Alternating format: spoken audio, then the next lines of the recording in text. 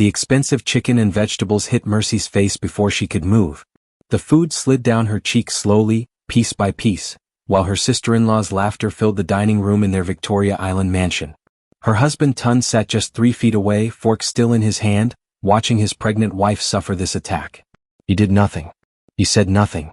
He just sat there like a statue while his sister Bola thought it was all a big joke. Mercy's hand moved to her belly, to the small bump that held their baby. The baby that was supposed to bring them closer together. Instead, the pregnancy had turned Tund into a stranger, cold, distant, and cruel. This dinner was supposed to be a fresh start. Mrs. Okafor, Tund's mother, had called it an olive branch. But from the moment Mercy arrived wearing a dress from the market instead of an expensive boutique, she knew it was a trap. "How quaint," Mrs. Okafor had said, touching Mercy's dress like it was dirty. "Tund, darling, doesn't your law firm give allowances for employees' wives to dress properly?" Tund had laughed. Actually laughed. Like her modest clothing was something shameful. The whole evening had been designed to break her down. Mr. Okafor kept asking about her family background, trying to prove she came from nowhere. Mrs. Okafor made comments about proper nutrition while barely eating her own food. And Bola had mocked everything, her accent, her manners, her family. "Your father," Mr. Okafor had said earlier, "what does he do again? You've been very vague about your family." Mercy had given the same careful answer she always gave. "He works in banking, sir.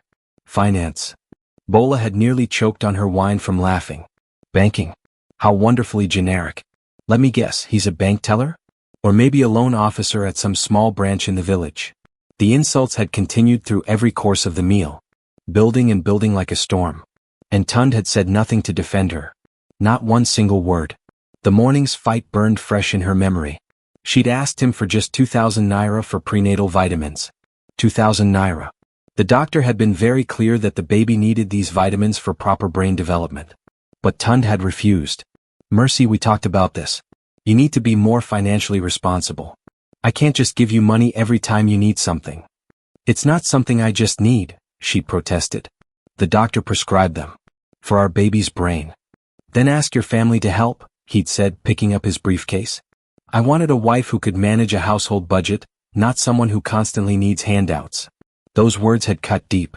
Especially since he'd made her quit her job 3 months after their wedding. "I want a wife who focuses on our home," he'd said then, making it sound loving instead of controlling. Now she had no income. No access to their joint account except for the small household allowance he gave her. She was exactly where he wanted her, dependent, powerless, and desperate. "Oh my God, she's just sitting there." Bola shrieked, pulling Mercy back to the present moment. "Tund, your wife is covered in food and she won't even clean herself up. Is this the kind of mother our nephew will have? Someone who can't even handle basic hygiene." The word, nephew, hit like another slap.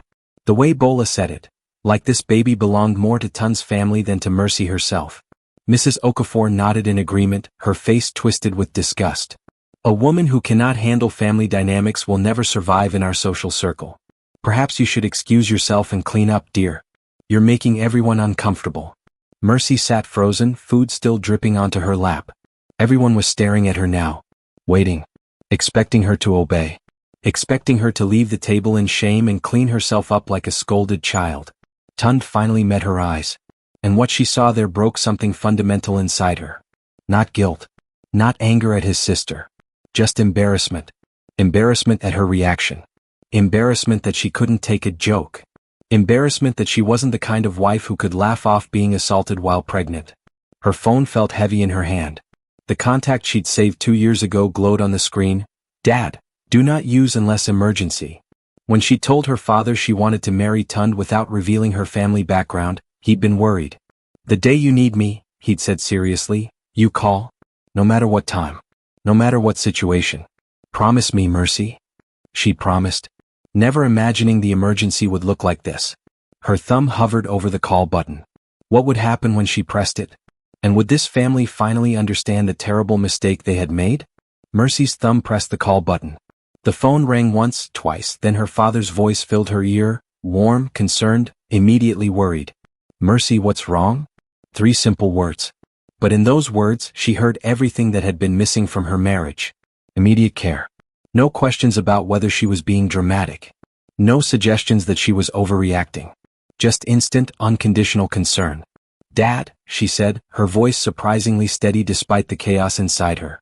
I need you to freeze some accounts for me. Across the table, Tun's confusion deepened. He leaned forward, trying to maintain his composure in front of his family. Mercy, who are you calling? What are you talking about? Her father's voice sharpened with focus. Whose accounts, my daughter? Give me names. Mr. Chikwudi Okafor. Mrs. Ngozi Okafor. Tund Okafor. Bola Okafor. She recited each name clearly, watching understanding begin to dawn on Tun's face. Okafor Construction Limited. Okafor Property Investments. The Family Trust. Everything. Consider it done, her father said immediately. The annual review is already scheduled. I can flag them all for enhanced scrutiny and compliance verification. They'll be frozen within the hour pending investigation. But Mercy, talk to me. What happened? Around the table, phones began to buzz. First Mr. Okafor's, then Mrs. Okafor's, then Bola's, then Tun's. All within 30 seconds of each other, a synchronized notification that their world was about to collapse. They glanced at their screens with casual entitlement, the way people who'd never faced real consequences always did. Then their expressions changed as they read identical messages from First Atlantic Bank Nigeria. The same bank that held every account, every line of credit, every asset their empire was built upon. Dad, Mercy said, watching the color drain from Tun's face as he finally understood. I'll explain everything. But right now I need you to know that your grandson almost didn't get the vitamins he needs because his father told me this morning that 2,000 naira was too much to spend on prenatal care. The silence that followed was profound. Her father had 6 grandchildren from Mercy's 3 older siblings. He'd bought them everything, school fees at the best schools, cars, even houses. But he'd never had a son-in-law stupid enough to deny his own child basic medical necessities. 2,000 naira, her father repeated, his voice dangerously quiet. He denied you 2,000 naira. While wearing a 2 million naira watch, Mercy added, her eyes locked on Tun's horrified face. And his sister just threw food at me during dinner. And my face, Dad. While I'm pregnant. While they all watched. Jesus Christ, Mercy. Her father's anger was palpable even through the phone. The accounts are frozen. All of them. And my daughter, I'm adding a full audit. If there's anything questionable in their finances, and there's always something questionable, I'll find it. Mr. Okafor stood abruptly, his phone gripped so tightly his knuckles had gone white. There must be some mistake. The bank is saying our accounts are frozen pending investigation. All of them. This is impossible. We have quarterly reviews, Mrs. Okafor added, her voice rising with panic. We have compliance clearances. We have a relationship with the bank president. You have a relationship with the bank president, Mercy finished for her, setting her phone down on the table. The screen faced up so they could all see her father's name and official title glowing in the contact information. Chief Adebayo Nnamdi. President and CEO of First Atlantic Bank Nigeria. Also known as my father. Also known as the man whose daughter you've spent 6 months treating like garbage. Mrs. Okafor's wine glass slipped from her fingers. Red liquid spread across the white tablecloth like blood. Bola's mouth opened and closed silently, the laughter finally, mercifully gone. Tund pushed his chair back from the table, standing as if to physically distance himself from the catastrophe unfolding. Mercy, you never said, you told me your father worked in banking. I told you exactly what you needed to know, she interrupted, standing slowly and feeling the baby shift inside her. I wanted someone who'd love me for myself, not for my last name or my father's money. Congratulations, Tund. You passed that test. You loved me for exactly 6 months, right up until the moment loving me became inconvenient for your family. What would happen next? And could the family that had mocked and humiliated her ever recover from the consequences of their cruelty? This is insane. Bola finally found her voice, though it came out thin and desperate. You can't just freeze people's accounts because your feelings got hurt. That's not how banks work. That's not even legal. Mercy gathered her purse, her movements calm and deliberate. Actually, when accounts are flagged for annual compliance review and enhanced scrutiny, the bank has not only the right but the obligation to freeze assets pending verification. It's completely legal. She walked toward the door, past the table where this family had tried to break her. Past the chandelier that cost more than most people's yearly salary. Past the life she tried to build with a man who'd chosen his family's cruelty over her humanity. Mercy, wait. Tund called, following her into the foyer. We can fix this. I'll talk to them. I'll make this right. Just please call your father back. Tell him to unfreeze the accounts. She turned, one hand on the door, one hand on her stomach. You had the chance to make things right this morning when I asked for 2,000 naira for vitamins. You had another chance tonight when your sister threw food at your pregnant wife. You've had 6 months of chances, Tund. This is what happens when you run out. The door closed behind her with a soft, final click. Through the heavy wood, she could hear the beginning of what would become hours of desperate phone calls, frantic explanations, and eventually, inevitably, the sound of people who'd never begged for anything learning what it felt like to plead for mercy. The call started before Mercy reached her car. Her phone lit up with Tund's number once, twice, 7 times in 3 minutes. Each call went to voicemail because she'd turned off the ringer the moment she stepped outside. She sat in her modest Toyota Corolla, the car Tund had mockingly called her cute little car, while he drove the Range Rover his parents had gifted him, and watched the notifications pile up like digital desperation. Tund 8:47 p.m. Please answer. We need to talk. Tund 8:48 p.m. Mercy, this is serious. My father's business accounts are frozen. Payroll is due Friday. Tund 8:49 p.m. You're being unreasonable. Whatever happened tonight we can discuss like adults. Tund 8:51 p.m. My mother is having a panic attack. Are you happy now? The progression was predictable. Starting with demands disguised as requests, escalating to blame, landing finally on guilt. She'd seen this pattern before in smaller conflicts. The way he twisted situations until somehow his failures became her overreactions. Her father called at 8:53 p.m., his voice concerned but respectful of her boundaries.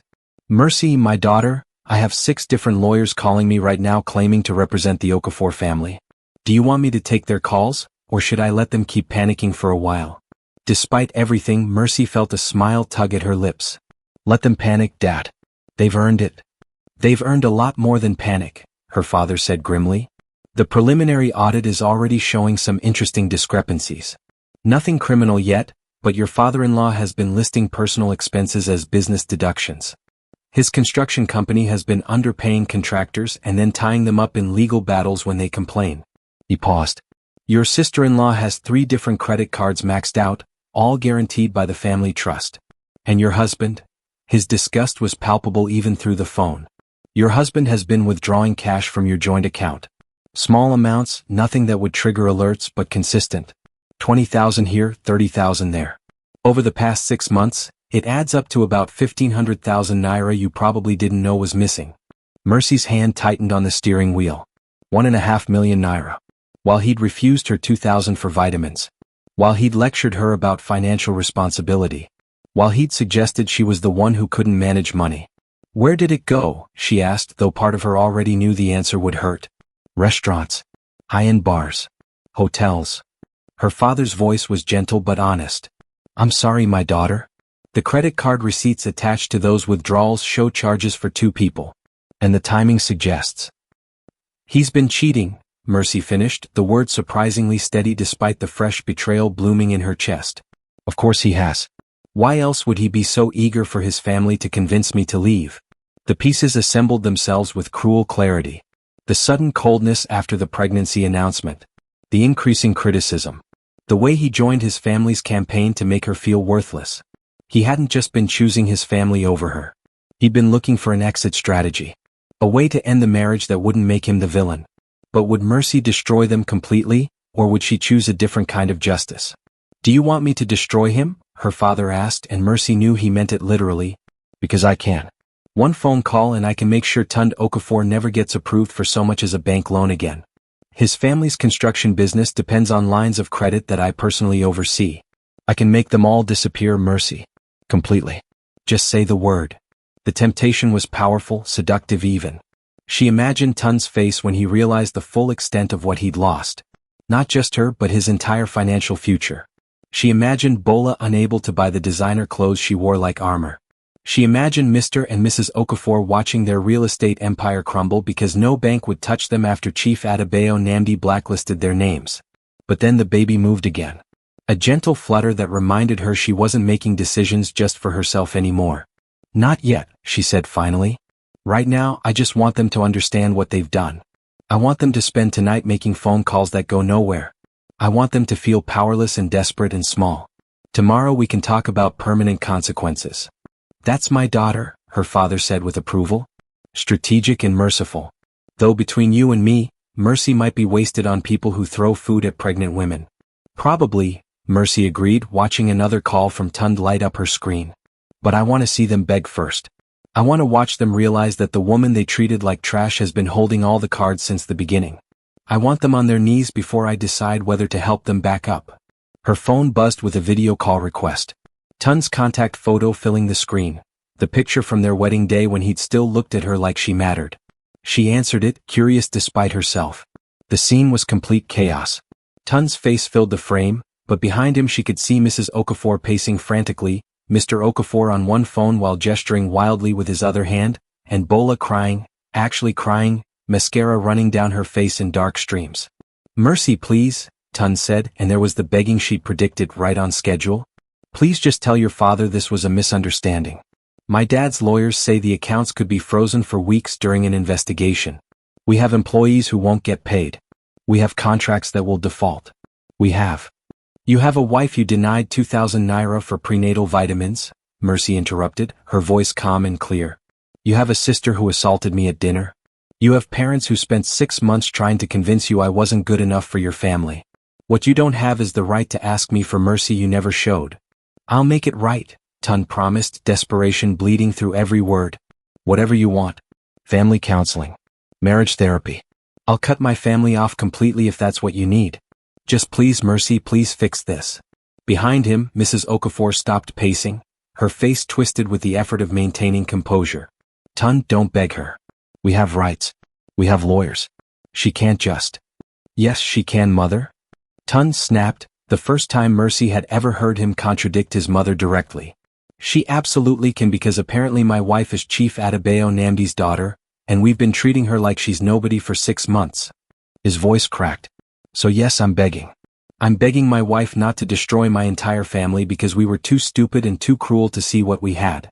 Mercy felt something shift in her chest. Not forgiveness exactly, but a recognition that Tund was finally seeing clearly.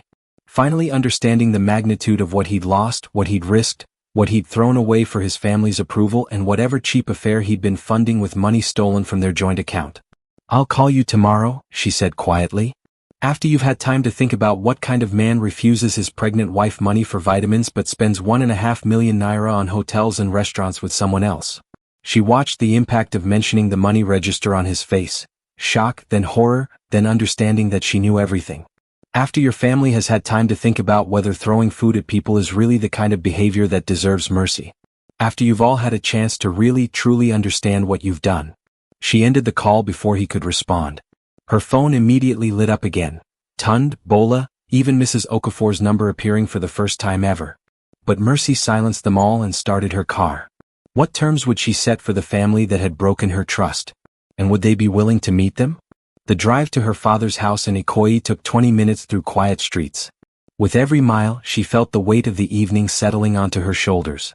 She'd used the nuclear option. She'd deployed the weapon she'd promised herself she'd never touch. She'd become exactly what she'd feared, the rich girl who solved problems with her father's money and power.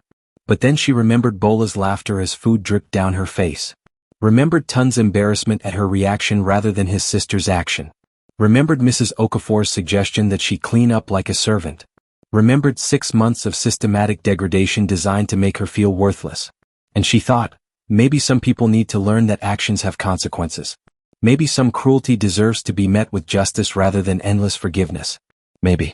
Mercy is something you earn, not something you can demand while still laughing at the person you've hurt.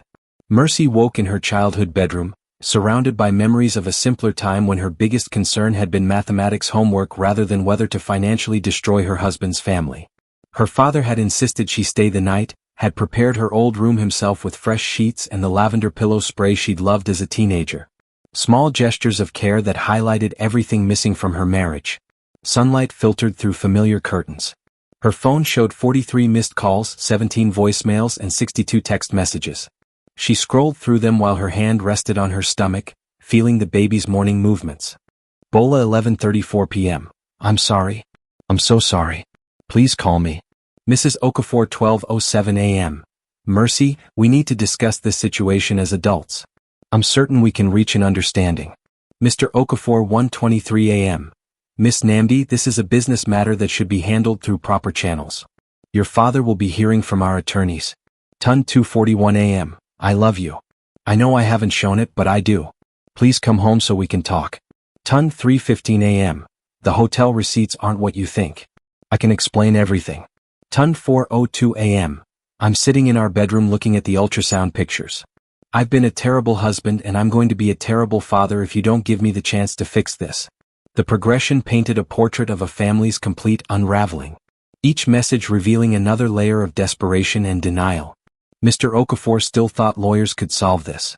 Mrs. Okafor believed understanding meant Mercy accepting their behavior. Bola had discovered consequences for the first time in her privileged life.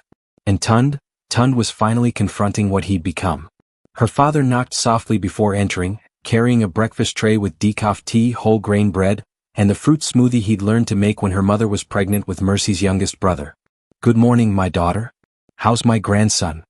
Active, Mercy said, accepting the smoothie gratefully. And how do you know it's a boy? I haven't even found out yet. Father's intuition, he said with a smile that faded as he sat on the edge of her bed. We need to talk about what happens next. The Okafors have already retained 3 different law firms, all of whom called me before 7 this morning. They're threatening everything from lawsuits to regulatory complaints to media exposure. He paused. Mr. Okafor apparently believes that threatening the bank president's daughter is a sound legal strategy. Mercy sipped her smoothie, considering her options. What did you tell them? That I'd speak with my daughter and respond appropriately. Her father's expression turned serious. But Mercy, I need you to understand something. If we move forward with the full audit, and there's enough irregularities to justify it, Mr. Okafor will likely face criminal charges for tax fraud. The construction company will fold. Tun's trust fund is already frozen, and if the investigation reveals the money was built on illegal activity, he could lose everything. He chose his words carefully. Bola's credit cards are backed by the family trust, which means she'll default on about 20 million naira in luxury purchases. And Mrs. Okafor, she's been using the family foundation to pay for personal expenses. That's a felony. The scope of their corruption was almost impressive. A family so convinced of their own superiority that they'd built an empire on shortcuts and stolen money, never imagining anyone would look closely enough to notice. What would you do? Mercy asked her father, trusting his judgment. Honestly? I'd destroy them, he said bluntly. They threw food at my pregnant daughter. They denied my grandson basic medical care. But Mercy, I'm a father who spent 30 years protecting his children. I'm not objective about this. What decision would Mercy make? Destruction or mercy? And could the Okafors ever truly change? A text from Tund interrupted her thoughts. I'm outside your father's house. I've been here since 5 a.m. Please just 5 minutes face to face. Mercy walked to the window and looked down at the circular driveway where Tund's Range Rover sat parked crookedly, as if he'd arrived in such a rush he couldn't manage straight lines. He stood beside it, still wearing last night's dinner clothes, his hair uncombed and his face shadowed with stubble and exhaustion. As she watched, he looked up at the house, searching. And she saw something in his expression that looked almost like genuine devastation. I'll talk to him, she said quietly. But not alone. Will you come with me, Dad? Her father stood, placing a protective hand on her shoulder. Always. They met Tund in the formal living room, the space where Mercy had celebrated birthdays and graduations, where her father had taught her to play chess on rainy afternoons. Tund looked worse up close, his eyes red-rimmed and desperate, his usual polished confidence replaced by raw fear. He started to speak, but Mercy raised her hand, stopping him. I'm going to tell you what's going to happen, she said, her voice steady despite the emotions churning inside her. And you're going to listen without interrupting. Can you do that? Tund nodded, then apparently remembering her request for silence, nodded again more emphatically. The accounts will stay frozen for 72 hours, Mercy continued. During that time, you and your family will think very carefully about how you've treated people you considered beneath you. Your father will pay every contractor he's cheated, with interest. Your mother will repay the foundation for every personal expense she's charged to it. Bola will get a job, a real job, not some board position your father created, and start paying down her credit cards herself. She paused, her eyes locked on Tund's face. And you, Tund, will go to counseling. Not couples counseling. Individual therapy to figure out why you became the kind of man who steals from his pregnant wife while denying her money for vitamins. I'll do it, Tund said immediately. All of it. Whatever you want. I'm not finished, Mercy said firmly. After 72 hours, if your family has completed these requirements, my father will unfreeze the personal accounts. The business accounts will remain frozen pending a full audit, because criminal activity doesn't get rewarded with mercy. If the audit reveals what we suspect, your father will face charges. But your mother, you, and Bola will have the chance to distance yourselves from his crimes and rebuild your lives honestly. And us? Tund asked, his voice breaking on the question. Our marriage? Our baby? Mercy placed her hand on her stomach, feeling her son move beneath her palm. That depends entirely on who you choose to become over the next 72 hours. The man I married wouldn't have let his sister assault me. The father my son deserves wouldn't steal money meant for his family. She took a deep breath. If you can find that person again, or maybe become him for the first time, then maybe we can talk about whether there's something worth saving. But Tund, I need you to understand something clearly. I don't need you. I don't need your family's name or their money or their approval. Her voice softened but remained firm. What I need is a partner who will stand beside me when things get difficult. Who'll defend me even against his own family. Who'll prioritize our child's well-being over maintaining his parents' delusions. I can be that person, Tund said, tears now streaming openly down his face. Mercy, I swear to God, I can be better than what I've shown you. Then prove it, she said simply. You have 72 hours. Tund looked at her father, then back at Mercy, understanding dawning in his exhausted eyes that this wasn't a negotiation. It was an ultimatum born from months of accumulated hurt and a night of inexcusable cruelty.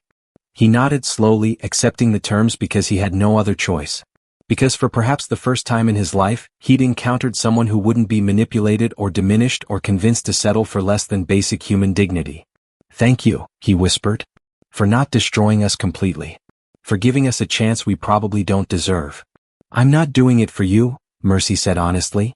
I'm doing it because I want my son to have the chance to know his father and grandparents, even if that chance comes with conditions.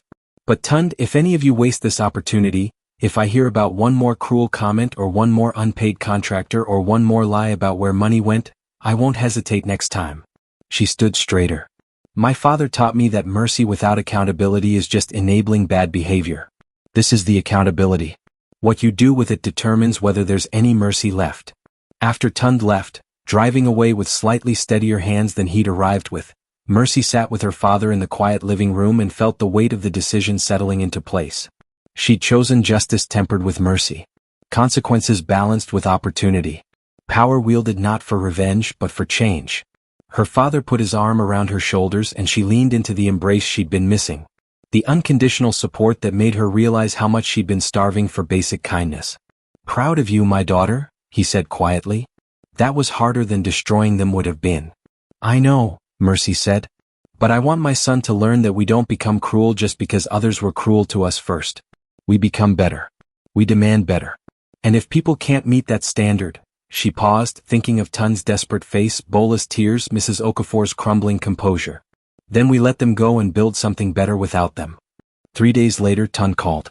His voice was humble, different from the entitled tone she'd grown used to hearing. Every contractor has been paid, he reported. My mother wrote a check to the foundation for every naira she took. Bola has applied to 37 different jobs.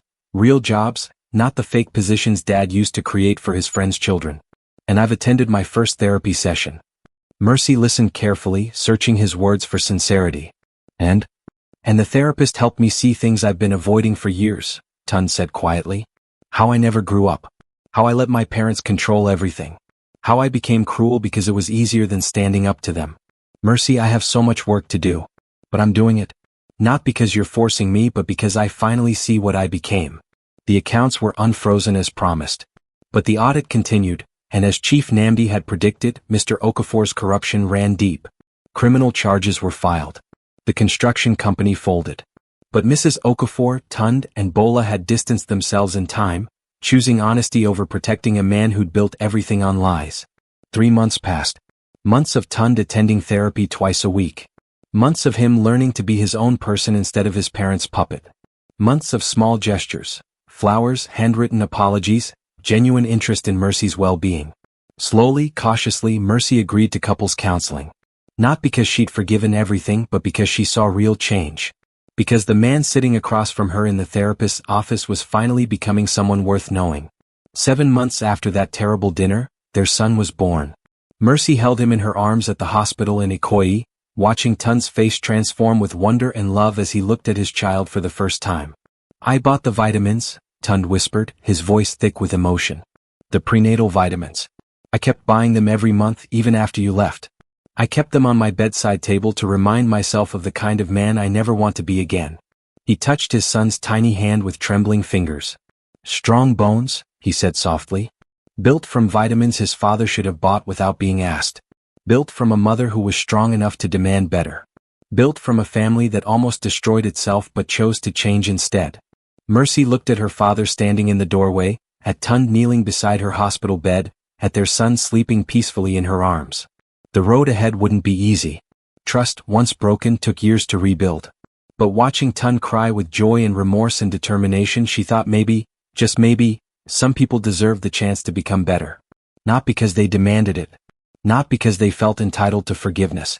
But because they'd done the hard work of looking at themselves honestly and choosing to change. "Welcome to the world, little one," she whispered to her son. "You're going to teach your father how to be the man he was always meant to be. And he's finally ready to learn." In that moment, surrounded by the family they were slowly rebuilding, one honest conversation, one kept promise, one act of genuine change at a time, Mercy felt something she hadn't felt in months. Oh. We've come to the end of today's story. I hope it touched your heart. Thanks for watching and staying with us till the end. Don't forget to like, share, and subscribe for more inspiring stories. See you in the next one. And tell us in the comments, where are you watching from?